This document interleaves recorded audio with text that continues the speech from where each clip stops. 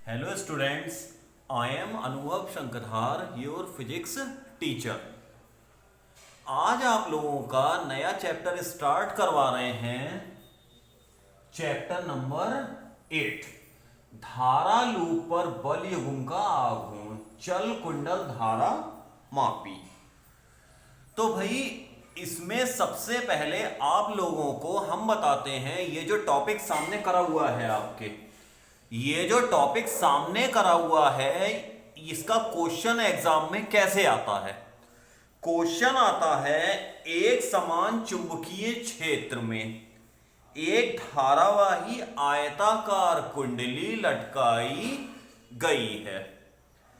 कुंडली पर लगने वाले बल युग्म का आघूर्ण ज्ञात कीजिए, या कुंडली पर लगने वाले बल युग्म के आघूर्ण का व्यंजक प्राप्त कीजिए।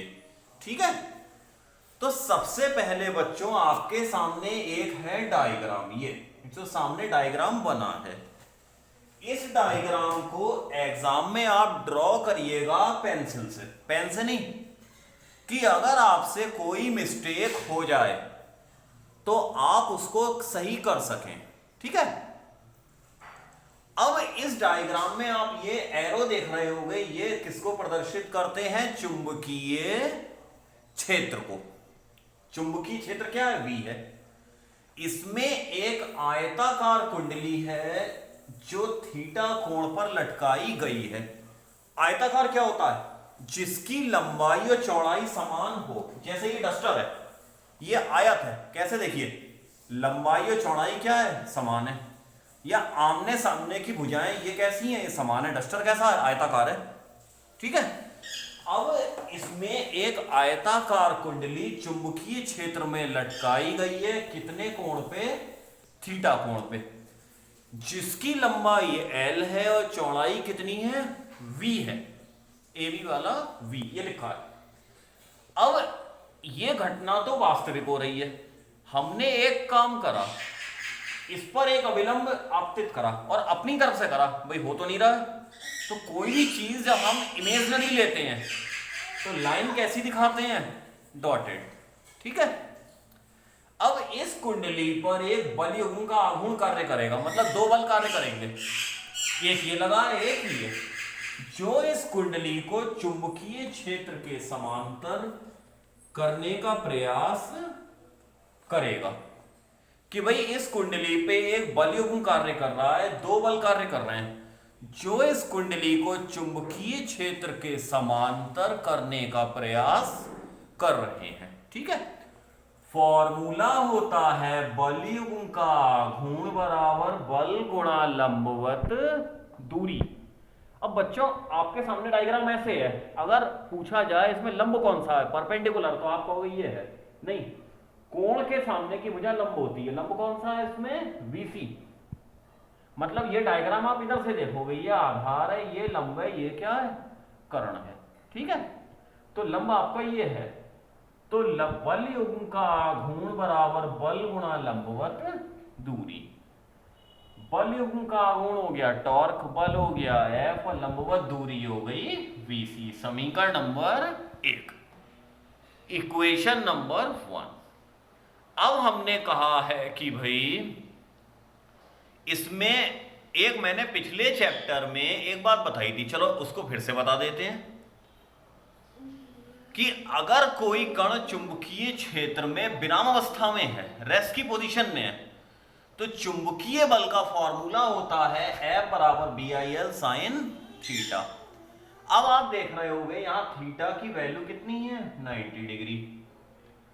तो 90 डिग्री है, तो ये वैल्यू इसमें लगा दी, और साइन 90 की वैल्यू कितनी होती है? 1, या F बराबर BIL, समीकरण नंबर 2। तो बच्चों F की वैल्यू पता लग गई। F की वैल्यू कितनी है? F बराबर BIL। ठीक है, अब हमने कहा इन ट्राइंगल ABC, तो भाई ट्राइंगल को हम ऐसे देख रहे हैं, ये बेस हो गया, ये परपेंडिकुलर हो गया, ये क्या हो गया? हाइपोटेन्यूज। साइन थीटा क्या होता है भाई? लंब बटे कर्ण। या बेस अपॉन हाइपोटेन्यूज। बेस कितना हो गया बच्चों BC और हाइपोटेन्यूज हो गई AC। AC की वैल्यू बच्चों कितनी है V, तो BC बराबर B साइन थीटा, ये V इधर चला गया, समीकरण नंबर 3। ठीक है, अब समीकरण 2 से F की वैल्यू आई F बराबर BIL और 3 से आई BC बराबर V साइन थीटा। समीकरण 2 और 3 के मान रख दिए समीकरण नंबर 1 में, तो टॉर्क बराबर F इंटू VC, F बराबर हो गया VIL, ठीक है, और VC बराबर हो गया V sine theta. Length into breath, भाई किसके इक्वल होगा, एरिया के। क्यों, क्योंकि कुंडली या धारा लूप कह लो या कुंडली कह लो एक ही बात है, सर्कुलर लूप, करंट लूप कह लो या कॉइल कह लो एक ही बात है। तो इसमें भाई लेंथ इंटू ब्रेथ बराबर किसके होता है, एरिया के।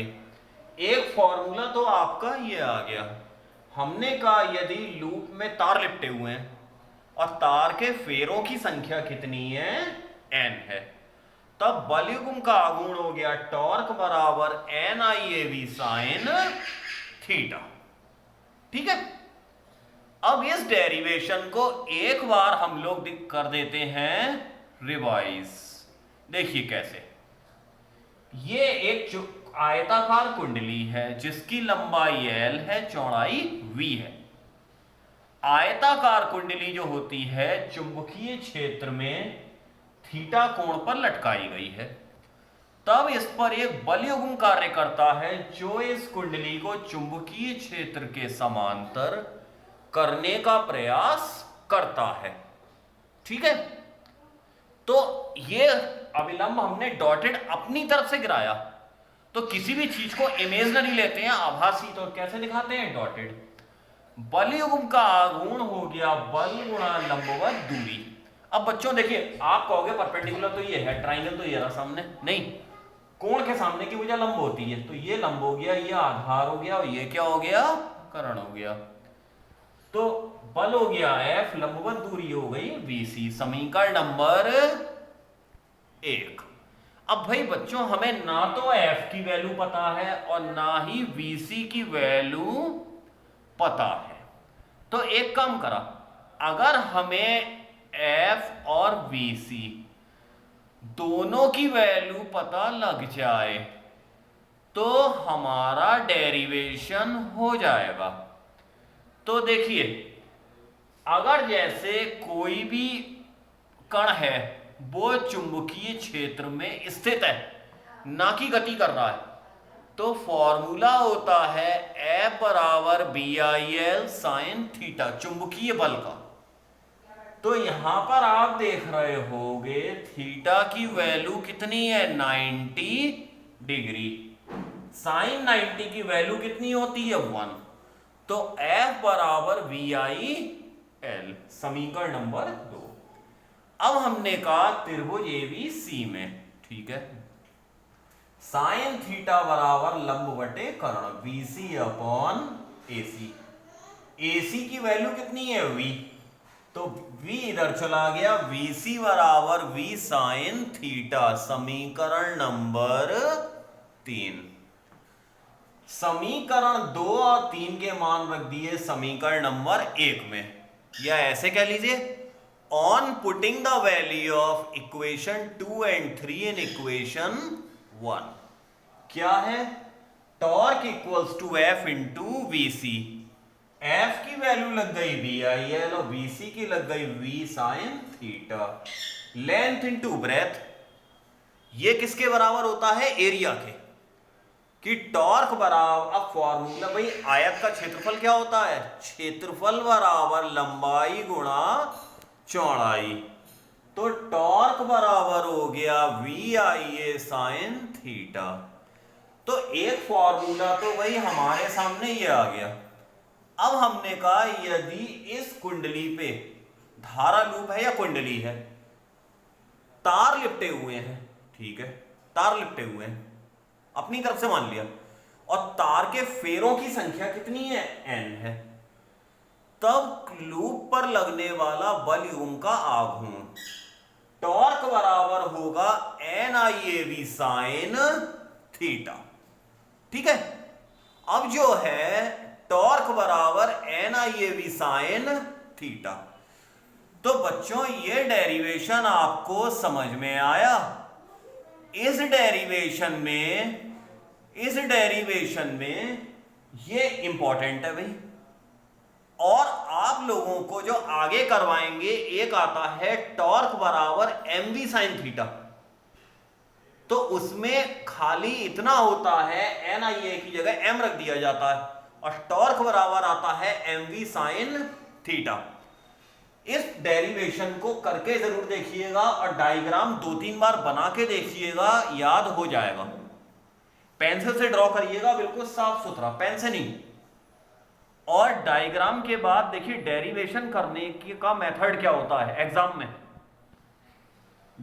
डायग्राम आप बनाओगे, डायग्राम बनाने के बाद डायग्राम की आप थ्योरी लिखोगे और फिर स्टार्ट करोगे मैथमेटिकल, तब होता है। डेरिवेशन में पूरे नंबर तब मिलते हैं, कोई भी क्वेश्चन हुआ पूरे नंबर तब मिलते हैं जब आपने पूरी बात लिखी होगी, कि आप डायग्राम बनाएंगे, थ्योरी लिखेंगे, फिर मैथमेटिकल करेंगे, तब पूरे नंबर मिलते हैं। कि ऐसा नहीं कि आपने डायग्राम के बाद सीधे आप मैथमेटिकल पे आ गए। और पूरी बात हमेशा एग्जाम में लिख के आइएगा और थोड़ा सा स्पेस भी छोड़िएगा, और बिल्कुल स्पष्ट, ताकि एग्जामिनर को आपका लिखा हुआ समझ में आए। तो ये टॉपिक बच्चों आज आपका कंप्लीट हो रहा है। नेक्स्ट टॉपिक पे फिर मिलेंगे और आपको एक्सप्लेन करेंगे। इसी के बाद भाई अपनी बात को समाप्त करते हैं। Thank you.